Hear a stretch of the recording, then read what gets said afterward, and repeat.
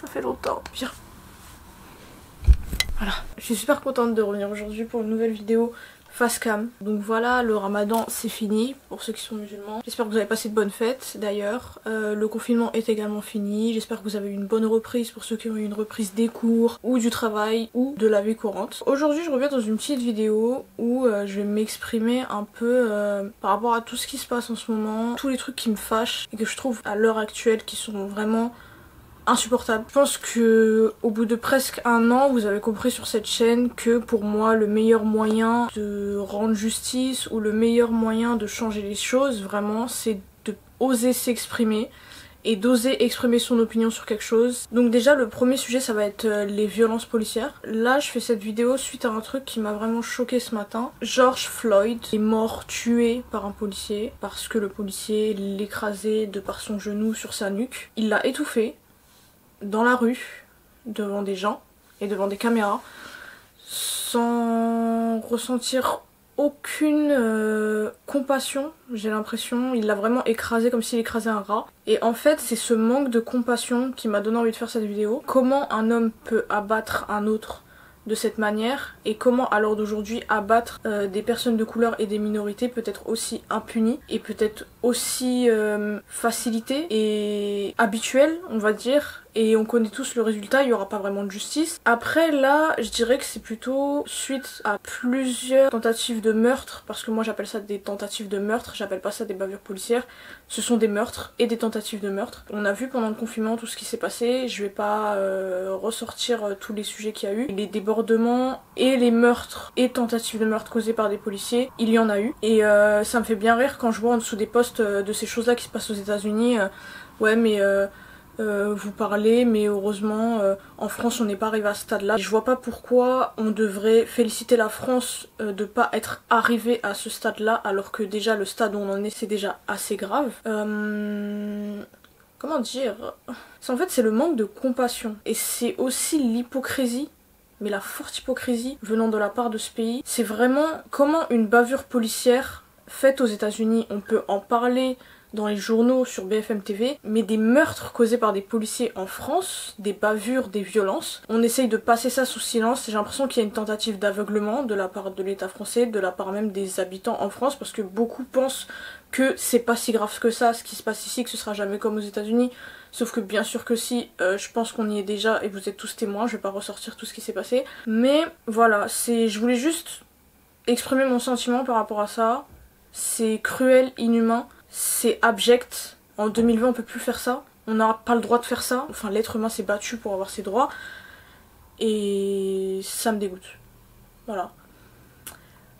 Donc voilà, je voulais juste dire mon ressenti par rapport à ça. Après, si vous avez vous des articles, de quoi débattre, n'hésitez pas dans les commentaires. Mais voilà, je voudrais que on se réveille, que la justice soit rendue pour ces personnes-là. Et qu'on qualifie ces personnes-là qui font ces actes de meurtriers. Ce ne sont pas des bavures, ce sont des meurtres. Étouffer quelqu'un sans aucun remords, c'est un meurtre. Voilà, qu'on requalifie ces choses-là, plutôt.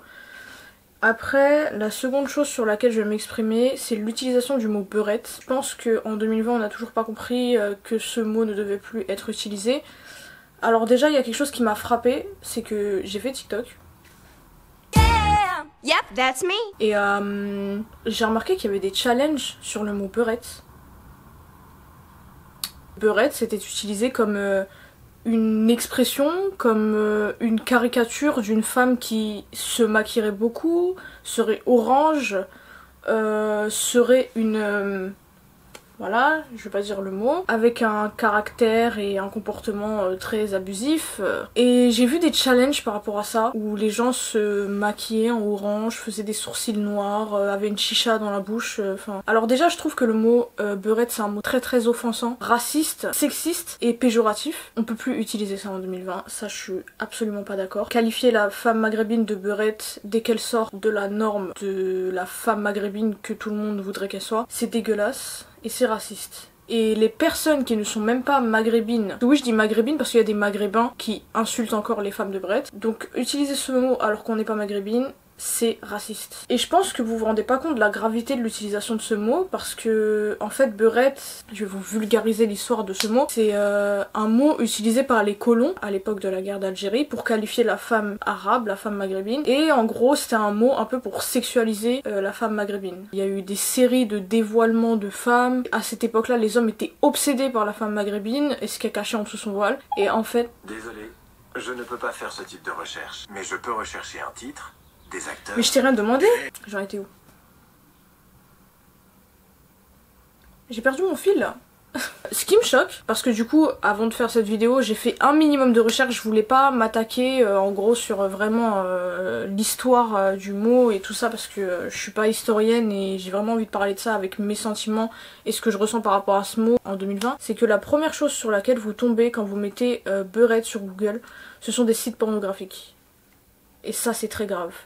Ça veut dire qu'en fait, quand on recherche n'importe quel mot sur internet, on tombe d'abord sur sa définition, mais quand on recherche le mot beurette, et ça vraiment, en fait ça vous montre même à quel point ce mot, on peut pas l'utiliser en 2020 pour définir une personne quelle qu'elle soit, et encore moins une maghrébine. Quand des maghrébins utilisent ce mot pour définir la femme maghrébine, c'est dégueulasse, d'accord? C'est dégueulasse, c'est abject, c'est sexiste, voilà quoi. Ce qui m'a choqué encore plus, c'est que la définition de ce mot a changé, et qui je pense a changé depuis longtemps en fait. Mais que ce mot, sur Wikipédia, demeure comme le féminin de beurre.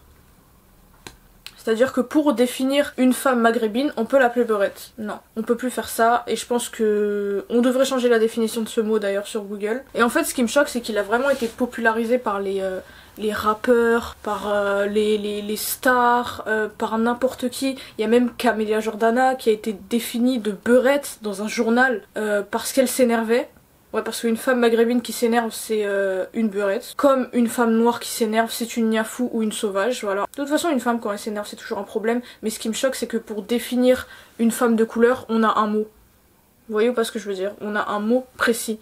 Et c'est choquant. Pour en revenir aux bavures policières, par rapport à l'affaire de Camélia Jordana, elle exprimait son ressenti comme quoi elle se sentait en danger face à des policiers. Et ça a fait polémique. Si je dis pas de bêtises, on a même voulu porter plainte contre elle pour diffamation.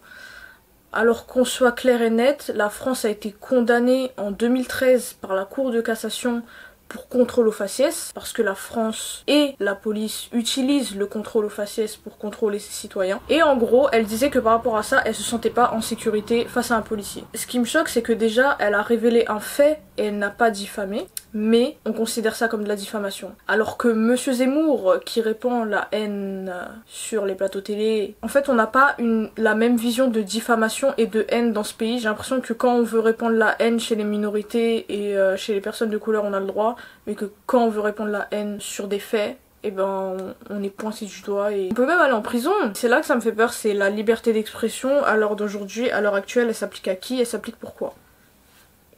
Voilà. Donc voilà, ces choses-là, en fait, j'avais envie de m'exprimer dessus parce que vraiment c'est des choses qui font partie de notre quotidien. En fait, les normaliser et essayer de les rendre tabous et les laisser impunis, pour moi c'est participer tout simplement au fait qu'elles vont rester impunies. Le mot beurette c'est raciste et les violences policières sont un fait. Voilà, j'ai voulu parler de ces deux sujets-là en même temps, me demande pas pourquoi. Et tout comme je crois que le mot niafou est raciste et le mot, voilà, je vais pas le prononcer, le N-word est raciste. On peut plus utiliser ça en 2020 et je me sens totalement concernée parce que je fais partie de ces minorités. Donc voilà, je suis musulmane, je suis voilée et une femme, le combo.